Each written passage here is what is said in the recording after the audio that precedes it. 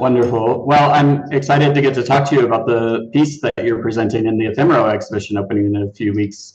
You've been working on it within the online residency program, and of course we worked with you for our summer Pride show through the online residency as well. So I'd love to discuss a little bit more on the themes of ephemeral and the relationship to the piece that you're producing. Let's describe it. Will you describe your piece first and talk a little bit about it? Yeah. So the theme of the show wasn't something that it was like natural for me, but when you presented it as part of an option for the residency, I was like, well, growth is good, challenge is good. So I started to do a lot of research, and I typically go towards, old art history influences because that's kind of my love. So I revisited some old Dutch masters, and I ended up finding the Carondelet diptych, which is a 16th century Dutch piece.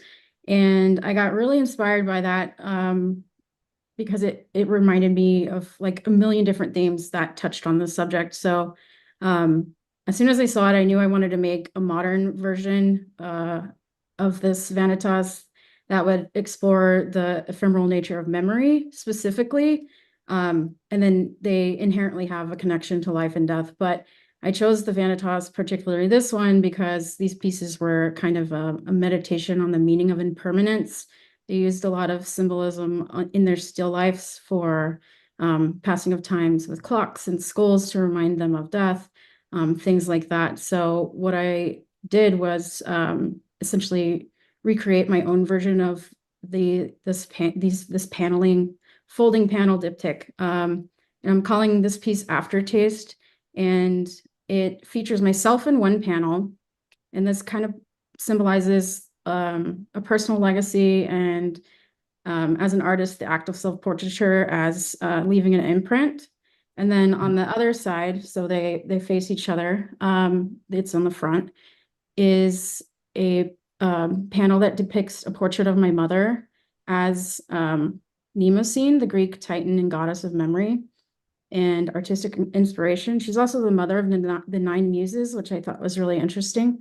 And her presence symbolizes the passing down of memory and creativity through generations, and reminding us that time goes on, it fades, and what's left after that. So it's a mother-daughter situation. And in this way, there's like a tension between impermanence of life and lasting memory. And then on the back, where it's the traditional vanitas area, where the still life, on the inside, not the back, same thing, but there's a melting popsicle and a pile of pill bottles on the other piece. And this is just a reference to the fragility of life. And the popsicle is my traditional nod to humor in my pieces. It's my first memory and realization, I think at like 6 or 8 or something, that life is fleeting. It's my own little memento mori. Like I thought this would last forever. I set it down, I come back, and it's completely gone. And that was my first time. I was like, what's happening? So that's why I chose that as the imagery. And then the pill bottles is actually a personal reference to a period of time that I was dependent on medication that ended up eroding my memory really badly. And all of this together, it just reflects that journey of, well, specifically with the pill bottles, like the birth, death, and afterlife of having an illness and then overcoming that, and kind of like working through and getting through essentially a former existence of yourself, because the memory of that time and through that time is really, really strange and disconnected, and it feels like a different person than I am now. And so I was thinking about that too, but I feel like memory is just the key here for this one. And then, just like an aftertaste, the memories and life's moments they leave impressions, and they shape our perception of reality. And I really just wanted this piece to be a dialogue about memory and its function of the self, and how that kind of anchors us in reality. And connects us to the past and our future. And then, there's beauty in impermanence because, things fade and you get to see the start and the end. And I think that nod to legacy is really beautiful. So that's what this one is.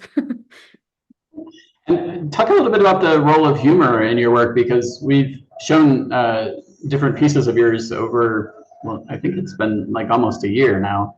Mm-hmm. You were in the Ephemero magazine edition of the bureauqueerart last year, and then I think was that in November, and then you were in, or was that in Art Week, and we displayed these beautiful landscape paintings that were just like these complete abstractions of reality, a total takeoff of reality, and then your work just continues to develop. So I'm curious about the role of humor in your work. Well, it's my gateway. It's my door to open this up. I use humor as like a way to step into a conversation that can seem a little difficult because it's more approachable. But it's also, it's like an instinct as an attachment style to not deal with anything. Like, oh, that's too serious, let's laugh it off. But that's just a trauma response, talking that way. But I've kind of harnessed that natural instinct to laugh something off and put it in these pieces that have more serious tones and topics, as an accessibility tool, essentially. And I don't know, I just inherently drawn to humor as an object. And life is very serious. These topics, life and death, they're serious. Like that's why I was thinking it was going to be challenging. I'm like, there's no way. What am I going to do for this? But it is funny to look at something as silly as a Tweety Bird popsicle melting and be like, well, there it goes. There's life. It's a metaphor. I just you as a child, like standing there over it, just crying, and saying, I'm going to paint you one day. I'm going to paint you. I remind my mom of that moment all the time, and she just laughs at me. She's like, okay, this is my fault for not telling you to put it in the fridge. Like, I ruined you. I was like, no, you've created me. This is my entire, this is my art career now. And she's like, okay, you're right. Because this isn't the first time I've painted popsicles either. So, yeah. The theme of your existence is that one painful as a child where the popsicle melted. Yep. And now she's forever in a portrait next to me on this piece. And what role has the artist residency played in the development of your work? Well, it wouldn't exist without it. This isn't a theme that I would have initially gone to, but I feel like it's, well, presenting the opportunity and the options has been it, just like last time. It was this it's always this extreme moment of growth, working with everybody and seeing all the different ways to approach this specific theme. The last residency was a little more open-ended, I feel like, but this theme is unique. And so in that sense, we could really get down into these topics and have these conversations a little deeper and broader. And then, of course, the accountability and showing up for each other. It's always really helpful to have a community like that when you're not typically in those spaces, especially, I have a full-time job and a career, and I have art friends, but we're not making work together. And so that's the difference. And it just brings so much more out of the work that you're doing. And then also having a timeline. Having Right. Got to get it done. So it makes my work ethic a little stronger. Well, I find I love your approach to the work. You're always pushing yourself and challenging yourself, and then in a sort of, not in a bad way, but in a very fun way, complaining about it the entire way through in a very jovial, sarcastic way, which I think that element comes out within your work as well. Yeah. Not the complaining, the jovial, sarcastic. Yeah, no, that's what I mean. Like that's just a part. It's a part of the process, and I mean, being an artist is painful. But the Yeah, fact that it is funny. It's like, well, we did it to ourselves. You can't really do anything else except for laugh. Like this is who we are. Tedious. acceptance. Yeah. And do you have any plans in the near future? Do you have any other shows coming up outside of the work that you're doing with us? Yeah, I'm in a small work show in Waco, Texas at Art Center Waco. That opens tomorrow actually until the end of October. And uh, I think that's probably it. That and our show in October too. So Awesome. yeah.